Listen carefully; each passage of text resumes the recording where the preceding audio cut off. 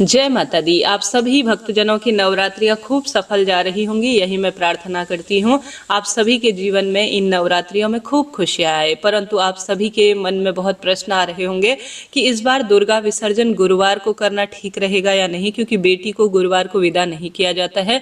तो हमें क्या करना चाहिए? कलश के ऊपर रखे नारियल का, जल का, दीपक का और समस्त चीजों का विसर्जन कब कैसे करें, सामग्री के विसर्जन के साथ साथ नवरात्रि व्रत कैसे पारणा करना है, व्रत पारण क्या खाकर आपको खोलना है, पूरा ध्यान से सुनिएगा।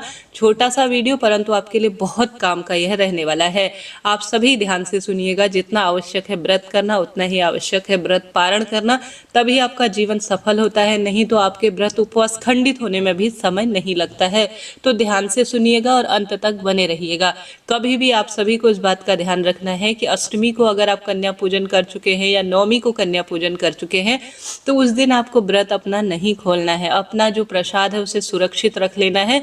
व्रत खोलते समय ही आप प्रसाद जो नमक वाला है या जिस स्वरूप में आप व्रत करते हैं आप उसे थोड़ा सा ग्रहण कर लीजिएगा। अगर आप अष्टमी नवमी के दिन व्रत को खोल लेते हैं तो खंडित सा माना जाता है, क्योंकि शास्त्रों में लिखा गया है कि नवरात्रि और 9 दिन का यह अनुष्ठान होता है तो हमेशा व्रत दशमी को अर्थात दशहरे को ही खोला जाता है। तो दशहरा इस बार 2 अक्टूबर 2025 को है और व्रत खोलने का समय जो रहेगा वह नवरात्रि के दिन 2 अक्टूबर के दिन अर्थात दशमी तिथि पर, पारण और दुर्गा विसर्जन 2 अक्टूबर प्रातःकाल 7:27 से 9:12 के आसपास हो रहा है। तो इसी शुभ समय में आप अपने व्रत को खोलिएगा।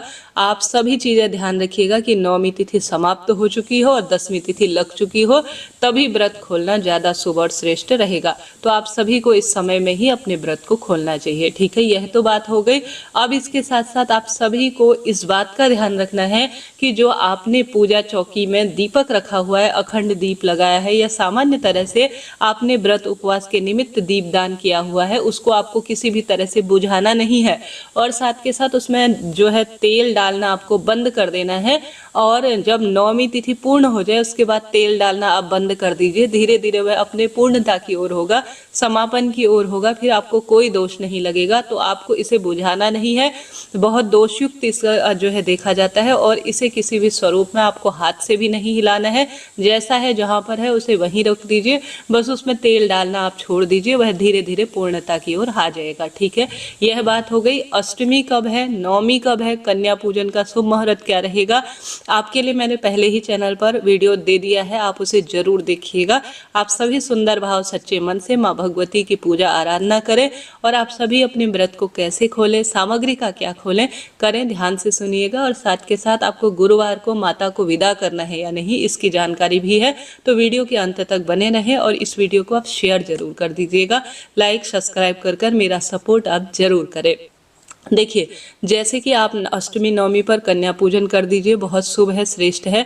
अब दशमी के दिन अर्थात दशहरे के दिन जल्दी उठकर सूर्य भगवान को जल चढ़ाकर आप सभी तुलसी माता का जो पूजन का नियम रखते हैं उसको आप सभी को विशेष तौर पर जो है अपने कार्य को पूर्ण कर लेना है। उसके बाद आप सभी को जो है माता के लिए भोग प्रसाद, देखिए बेटियों को हम विदा करते हैं तो खाली पेट तो किसी भी माता के स्वरूप को या किसी को भी जाने नहीं देते। तो भोग प्रसाद समर्पित करें, आप सभी जल माता को पिलाएं, भूल चूक के लिए क्षमा प्रार्थी हो। अष्टमी नवमी को आप सुहाग सामग्री इत्यादि चढ़ाएं। उसके बाद हे माता आपका धन्यवाद, अपनी छत्र छाया मेरे परिवार पर बनाए रखना, यह प्रार्थना करते हुए आप सभी को जो है अपने हाथ जोड़ लेने हैं। अब प्रश्न आता है दीदी कलश पर रखे हुए नारियल का हमें क्या करना चाहिए। देखिए, नारियल को विदा आपको जो है 3 तरह से नारियल का प्रयोग कर सकते हैं। सबसे पहले तो औरतें कभी नारियल नहीं तोड़ती हैं, इस बात का ध्यान रखें। यह साक्षात माँ लक्ष्मी का एक स्वरूप माना जाता है। तो नारियल तो महिलाओं को नहीं तोड़ना है, परंतु कई क्षेत्रों में पुरुष या बच्चे नारियल तोड़ लेते हैं। कलश के ऊपर रखा नारियल 3 तरह से प्रयोग किया जाता है। एक तो नारियल को तोड़ लिया जाता है जिसे जो है हवन के माध्यम से अग्नि में समर्पित किया जाता है और कन्याओं को और सभी भक्तों में प्रसाद स्वरूप वितरित कर दिया जाता है। तो यह भी बढ़िया तरीका है, यह भी बहुत शुभ है, श्रेष्ठ है। एक दूसरा तरीका है कि जो कलश के ऊपर रखा नारियल होता है उसे लाल वस्त्र में लपेटकर अपने मंदिर में रखा जाता है या तिजोरी पर रख दिया जाता है और पुराना वाला विसर्जित कर दिया जाता है। तो आप दूसरा तरीका भी प्रयोग करते हैं तो बहुत ही बढ़िया है, श्रेष्ठ है। एक तीसरा तरीका है कि इसे घर के दरवाजे पर या दुकान स्थल पर नए साल के सुंदर स्वरूप में जो है नई ऊर्जा के रूप रूप में रखा जाता है लाल वस्त्र में बांधकर और पुराना विसर्जित किया जाता है। सबकी अपनी क्षमता, शक्ति, सामर्थ्य है। तो 3 तरह से आप नारियल के ऊपर जो सामग्री है उसका प्रयोग कर सकते हैं। और जो कलश के ऊपर चावल है उसे आप चींटी, चिड़िया, कबूतर को दे दीजिए। कलश के अंदर जो जल रखा हुआ है उसे घर में छिड़काव कर दीजिए। और साथ के साथ आपने कलश के अंदर 1 रुपये का सिक्का, हल्दी की गांठ और यह सभी चीज़ें रखी हुई है, उसे भी एक छोटे लाल वस्त्र में अपनी तिजोरी पर रख दीजिए। जो आपने अष्टदल, नवग्रह, षोडश मातृका बनाए हुए हैं उसे आप सभी अपने घर की तिजोरी में, और अन्न धन के भंडार भरे रहे, माँ का आशीर्वाद है इस स्वरूप में, थोड़ा अपने भंडार गृह में रख लीजिए और बाकी का आप चींटी, चिड़िया, कबूतर के लिए दान में दे दीजिएगा। ठीक है, यह आपको ध्यान रखना है। इसके बाद जो आपने दक्षिणा चढ़ाई हुई है, जब कन्या पूजन आप करेंगे तो कन्याओं में आप वितरित कर सकते हैं। थोड़ा सा आप अपने घर में अन्न धन्य के भंडार भरे। इसके लिए आप जो दक्षिणा माँ को चढ़ाई है उसमें से 2-4 रुपए के सिक्के अपनी तिजोरी में रख लीजिएगा। सुहाग सामग्री थोड़ा प्रसाद रूप में आप भी धारण कीजिएगा। बाकी कन्याओं को आप सुहाग सामग्री वितरित दान कर सकते हैं। दक्षिणा भी दान कर सकते हैं किसी देवी मैया के मंदिर में, सुहाग सामग्री भी दान कर सकते हैं। ये इच्छा आपकी है, कोई दिक्कत, टेंशन की बात नहीं। प्रसाद जो आपने माँ भगवती को भोग स्वरूप लगाया हुआ है उसे 1-1.5 घंटे के भीतर ही हटाकर सभी भक्तों में वितरित कर देना चाहिए। प्रसाद दूसरे तीसरे दिन नहीं रखना है, इस बात का आप ध्यान रखिएगा।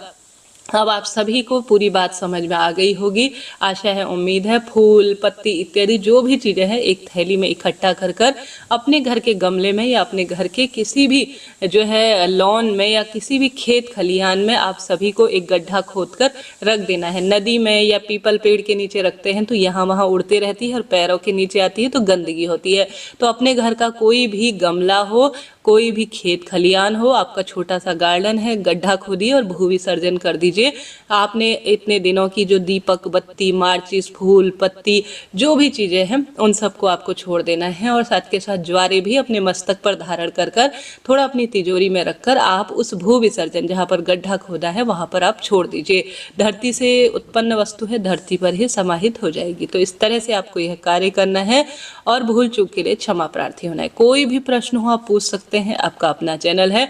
अब प्रश्न आता है कि दीदी गुरुवार का दिन है तो माता को विसर्जित कर सकते हैं? तो ध्यान से सुनिएगा जी, यह वीडियो आपके लिए बहुत काम का रहेगा। देखिए, गुरुवार है, इस बार भारी दुविधा की है और आपने बात सुनी भी होगी कि गुरुवार के दिन बेटी विदा नहीं करनी चाहिए। ऐसी स्थिति में आप सभी पूर्ण रूप से इस बात को नोट करते हुए चलिएगा। भले ही कहा जाता है बिहार इत्यादि क्षेत्रों में कि हमारी माता जो है वह बेटी बनकर घर आती हैं इन नवरात्रियों में और सुख सौभाग्य देकर जाती हैं। ऐसी स्थिति में अगर संभव हो तो आपके क्षेत्र में ऐसी ज़्यादा मान्यता है तो आप शुक्रवार के दिन विदा कर दीजिए माता को। 1 दिन और रख लीजिए, कोई दिक्कत की बात नहीं। 10 दिन की नवरात्रि है, 11वां दिन हो जाएगा तो और अधिक शुभ हो जाएगा, कोई दिक्कत नहीं, कोई टेंशन नहीं। परंतु मैं आपको यहाँ पर बात बता दूं कि माता रानी सिर्फ बेटी ही नहीं है, वह मातृ स्वरूप भी हैं, हमारी रक्षक भी हैं। माता के साथ साथ वह बहन बेटी तो है ही और साथ ही हमारी गुरु माँ स्वरूप में भी जानी जाती हैं। तो माता रानी का सिर्फ एक बेटी वाला ही स्वरूप नहीं है, माता के कई स्वरूप है। तो आप उन्हें जिस नज़रिए से देखेंगे वह उसी स्वरूप में आपके आसपास विराजित होंगी। तो आप सभी इन चीज़ों को मानते हैं या माता के कई रूप मानते हुए अन्न धन्य के भंडार भरे माता जो चीज़ निश्चित है जिस दिन होनी है। देखिए, दुर्गा विसर्जन आपने देखा होगा, बड़े बड़े पंडालों में दुर्गा माता का विसर्जन होगा तो वहाँ पर भी जो है गुरुवार की कोई खास इतनी महत्वता नहीं देखी जाएगी। देखिए, बार से बड़ा त्योहार कहा जाता है, दशहरे के दिन तो दुर्गा विसर्जन कर कर ही व्रत का पारणा होगा, यही श्रेष्ठ और शुभ रहेगा। अब इतने बड़े पंडालों में तो ऐसा नहीं करते कि बार की महत्वता नहीं है, तिथि की महत्वता है, उस दिन की महत्वता है, तो वह दिन में तो वह काम होना ही है। तो ऐसी स्थिति में यह ठीक नहीं माना जाएगा मेरे हिसाब से। देखिए, तिथि की महत्वता ज़्यादा है, त्यौहार की महत्वता ज़्यादा है, बार की महत्वता नहीं है। अगर आप एक दिन रुकना चाहते हैं, इन चीज़ों को मानते हैं तो शुक्रवार के दिन माता को विदा कर दीजिए, नहीं तो गुरुवार का कोई दोष नहीं है। देखिए, जो चीज़ें पहले से सुनिश्चित है वह निश्चित रूप से उसी दिन होनी है, इसमें बार दोष का कोई महत्व होता ही नहीं है। तो माता रानी जो है माता है और साथ ही वह माँ भगवती भी है, रक्षक भी है। अपनी अपनी मान्यता है, मेरी माने तो बार से बड़ा बड़ा त्यौहार कहा गया है। त्यौहार जो है जिस दिन पड़ता है उस दिन बार की महत्वता उतनी नहीं रहती है। तो आप स्वतंत्र हैं, चाहे तो एक दिन और अपने घर पर रखकर आप शुक्रवार के दिन माता को विदा कर सकते हैं, नहीं तो गुरुवार के दिन आप जो है ऐसा न मानते हुए साधारण सरल तरीके से बार आज नहीं देखा जाएगा, त्यौहार देखा जाएगा, यह कहते हुए आप माँ को विदा कर सकते हैं। इच्छा आपकी है। ठीक है जी। तो इस तरह से यह जानकारी थी। जरा सा भी वीडियो उचित उपयोगी रहते हैं तो राधे राधे लिखें, और कोई प्रश्न हो तो आप पूछ सकते हैं। बहुत ध्यान से सोच समझकर विसर्जन कीजिएगा, गलती नहीं करनी है। इससे पहले चैनल पर अन्य तरह के वीडियो आ चुके हैं। अभी के लिए